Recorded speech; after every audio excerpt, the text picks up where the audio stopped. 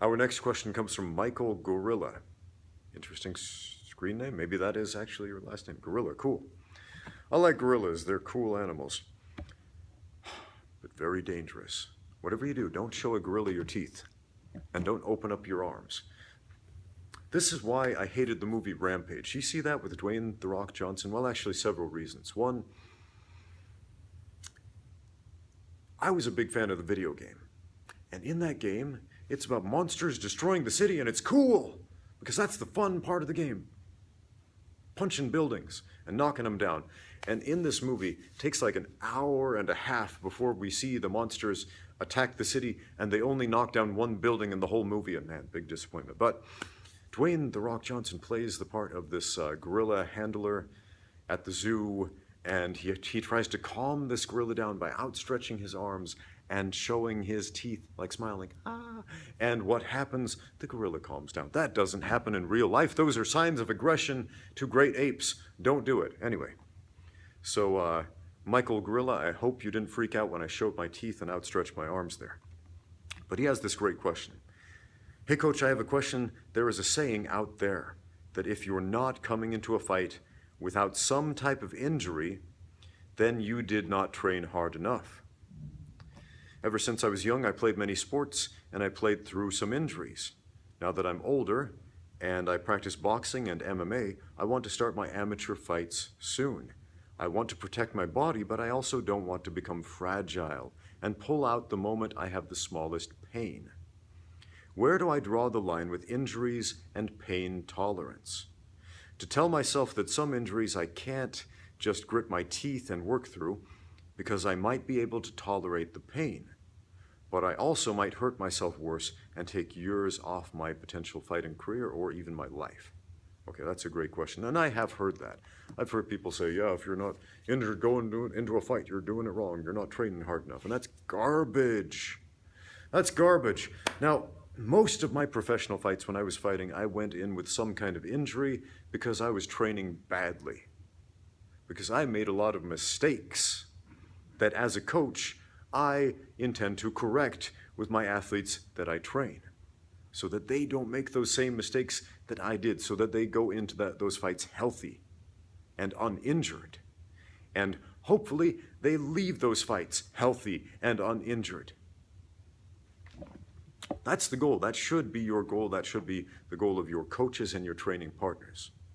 Now, fighting is an inherently dangerous sport, and training injuries can and they do happen.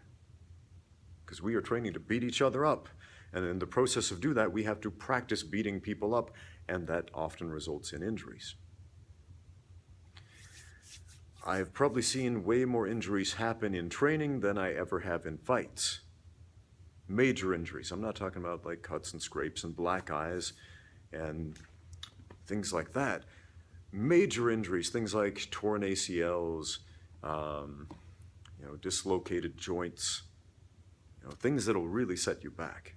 Most of that stuff tends to happen in training. And most of that tends to happen because people, they train poorly. They make mistakes they shouldn't make. For example, a lot of people say, oh, heel hooks are too dangerous because you'll tear up your partner's knee. And that is a possibility if you follow through with the heel hook. I was rolling with one of my students yesterday, and we rolled for an hour, and I caught him with a couple of heel hooks, but I didn't crank on them. We've both been grappling long enough to know what a heel hook is, so when I caught him with the heel hook without even cranking on it, he's like, okay, you got me. I'm like, okay, so I let go without even cranking on it, and then we keep rolling and I try for something else from that same position. Okay, that's smart training. On the other hand, I had a friend who was rolling for heel hooks and he got caught in one. He's trying to fight through it, and his training partner is cranking on it like an idiot trying to destroy his friend's career, which he did. Snap, crackle, pop, knee exploded. Why? Because he was cranking on it.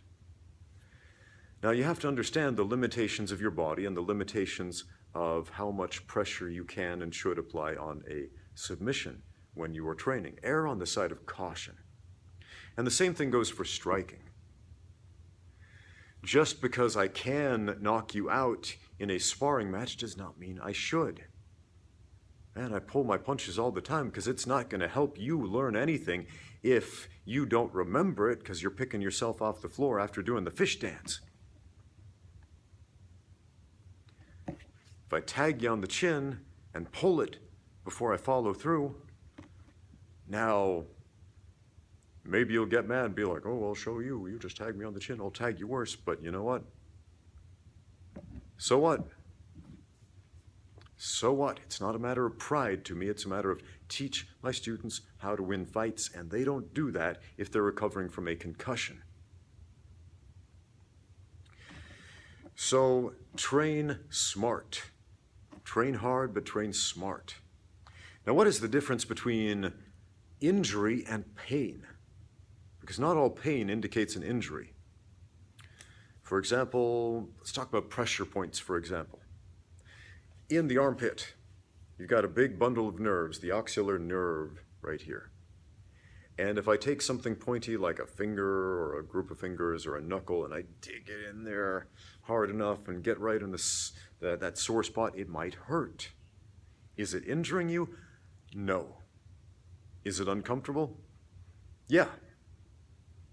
Or that thing that a lot of beginners do in Brazilian Jiu-Jitsu where they try to open up the other guy's guard by grinding the elbow into the thigh, which is the dumbest attempt to open up the guard ever, in my opinion, because it only works against wimpy people with low tolerances for pain. Is it going to injure you? No, it's not. Unless you're fighting somebody significantly stronger and bigger than you with really sharp elbows and you got wimpy legs, and yeah, most likely it's not going to injure you. But it will be uncomfortable if you haven't experienced that before. Now, if you got a high tolerance for pain like I do, well, no big deal. You'll be laughing at people. Are you really trying to pass my guard by grinding your elbows in to make me uncomfortable? Dude, I am more than comfortable being uncomfortable. Here's a triangle choke. Woo! Try that on for size. So, injury is something, obviously, that's going to damage your body. Injuries sometimes hurt. Well, they almost always hurt, but sometimes they hurt really badly, sometimes not so much. Let's go back to the heel hook, for example. Why does everybody think the heel hook is such a dangerous submission? I'll tell you why. Because it doesn't really hurt until the damage is done. If I'm twisting on the heel to attempt to apply torque to the knee to tear up the ACL, at first you'll feel pressure. You'll feel some pressure and some twisting and some torsion, but it doesn't really hurt because I'm not activating the sense of pain. There aren't really fine touch nerves inside of the knee ligaments. So you don't feel that. You'll feel pressure, but not pain. But when they bend and they twist and they tear and they snap, then you feel the pain. And that pain is a result of catastrophic injury that's going to require surgery to fix. And if you're going into a fight requiring surgery, you're probably not going to win. That's a bad idea. I know there are a few outliers out there, like Dominic Cruz, for example, who ended up winning a UFC world title with 2 torn ACLs and myofascial, what do they call that? A plantar myofasciitis in both feet to the point where he could barely walk. That's the rare exception. I mean, that's a crazy thing that dude did. He's on a different level than most humans. My question is he still going to be able to walk when he's 50? I don't know. I hope so. I don't know, though. So,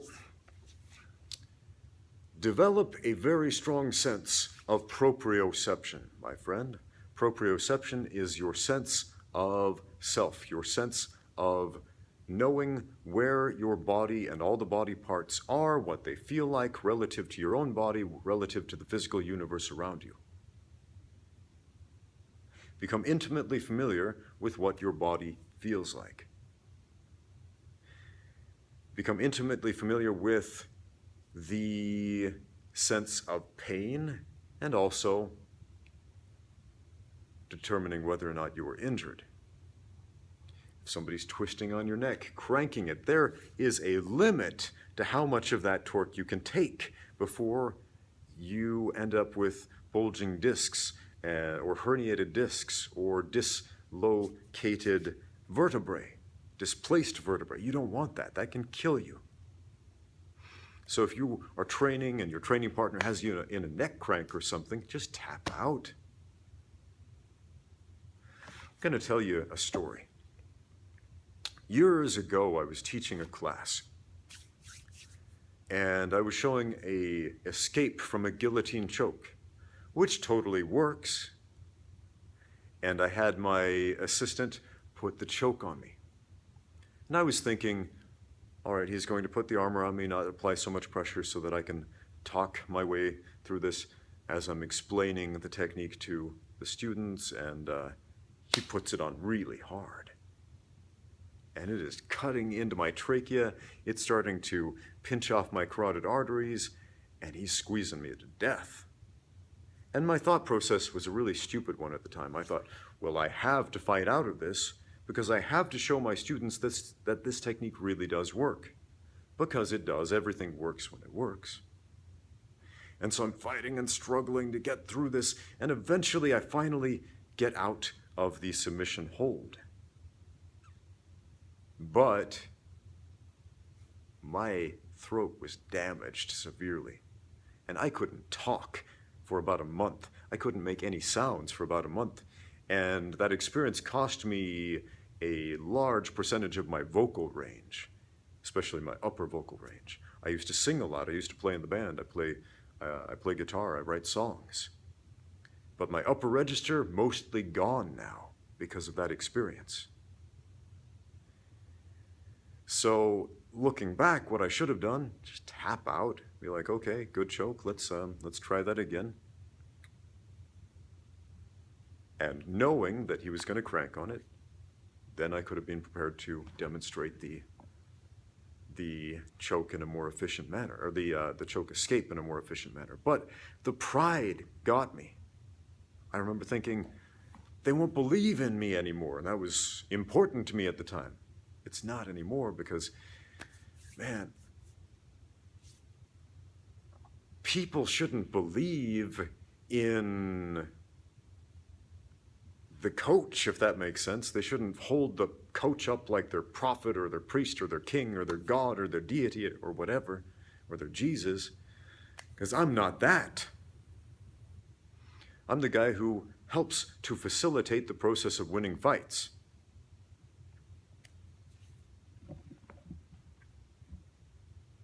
I want to take a look at that question again, because it was long and there were a few little details in there.